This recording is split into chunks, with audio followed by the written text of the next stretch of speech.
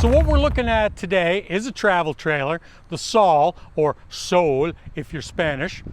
And there are three varieties ranging from a 13-footer up to a 16-footer. So this is the largest of the group that we're looking at. And these are built by a company called InTech. And I think it's important to note that InTech got their start building all aluminum car carriers. So they've got a real background in working with aluminum. And to that point, this trailer is a complete aluminum shell. There's no steel in here. Everything from the frame to the sidewalls to the roof, it is a complete aluminum cage, something that they build themselves on site. So let's start with the Walkaround. So I mentioned aluminum, and right off the hop, this is more of a premium product. Aluminum is not cheap. On the other hand, it's very strong, it saves weight, and all in all, you have a vessel that's not going to rust on you or create any other problems. So you want to also use an exterior product that's going to match the durability of that aluminum, and that's what you've got here. It's a gel coat covered FRP, so fiberglass reinforced plastic. And you'll also notice that what they have is an expanse here, right the whole sidewall. You don't see any seams. The seams are only at the corners. And I mentioned seams because seams are where water intrudes. The less seams you have, the less potential water issues you're going to have. So the other thing is, as we're working down towards the wheels, is notice the height of the trailer. It's not exceedingly high, but unlike some that sort of sit in the frame, this sits up on top of it. And consequently, you're getting a little bit more clearance so that, for instance, with our Hyundai Santa Cruz here, you can get into some campgrounds which are, say, a little rougher, a little more off the beaten track. So to that end, we have a 30 amp plug-in, so traditional campground. We've got city water hookups. However, right here we also have a plug-in for optional solar panels. So again, one of those things that can get you off of the grid. Notice the windows, they're all automotive style, flat glass, everything is tinted, nicely rubberized all the way around. And we get to the one real outside storage. Now, is it huge? No, but it's a 16-foot trailer.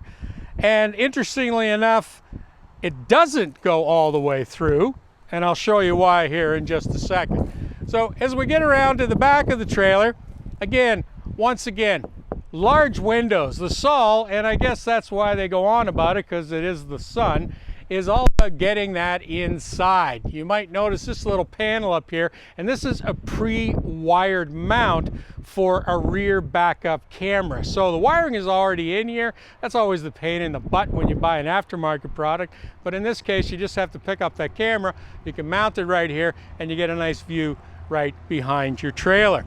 So as we work our way around, here's the other side of why you don't have that pass-through storage. You've got a very nice little outdoor kitchen setup.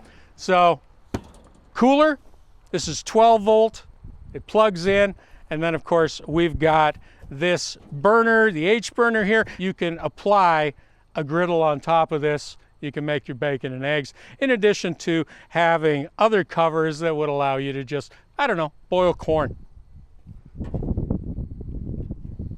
Stuck. Another thing on the Sol, which is kind of cool, and again you'll see inside, is latches. They use all these magnetic latches, which is just a little more fun. One less thing to do. You open it up and away you go.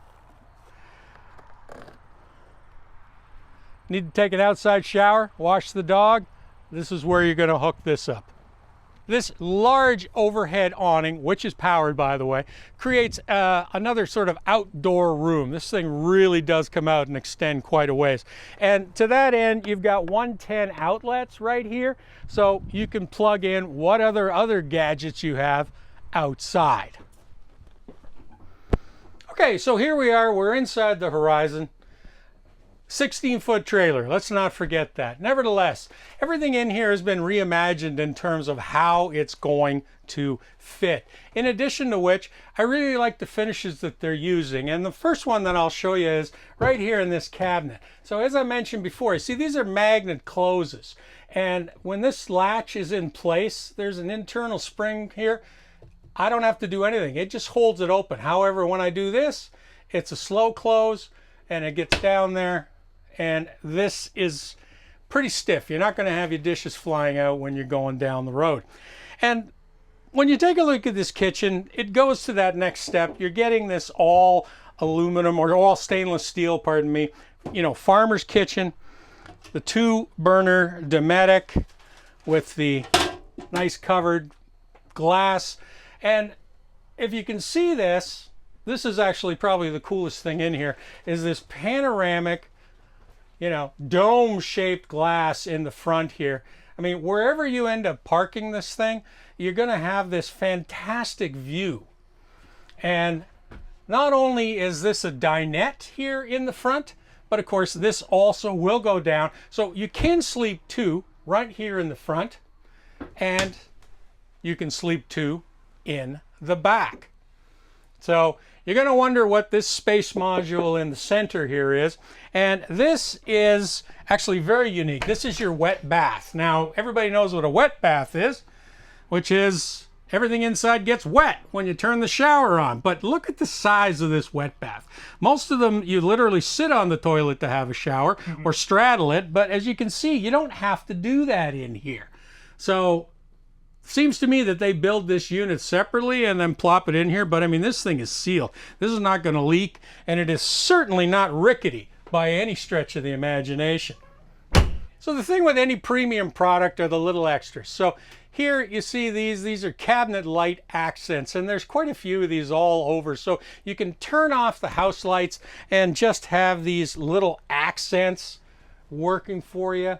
There's other ones here that quite frankly don't show up well in the daytime, but I think at nighttime they certainly will set a mood. So once we get into the bedroom area, this is where they've set the television up, which is probably the best place for it because most people in a unit this size will be watching TV in bed.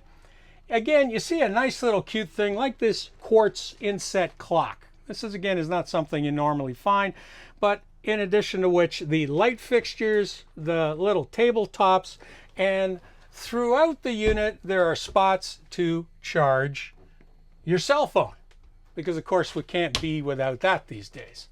So things I haven't mentioned are the fact that yes, it does have a heater. Yes, it has a rooftop air conditioner. You've got HVAC in here that'll keep you very comfortable in 3 seasons, almost 4. In addition to which, you got to know that you have a black and gray water tank of 32 gallons. You're carrying 28 gallons of fresh water. And the weight on this unit dry is 3,350 pounds.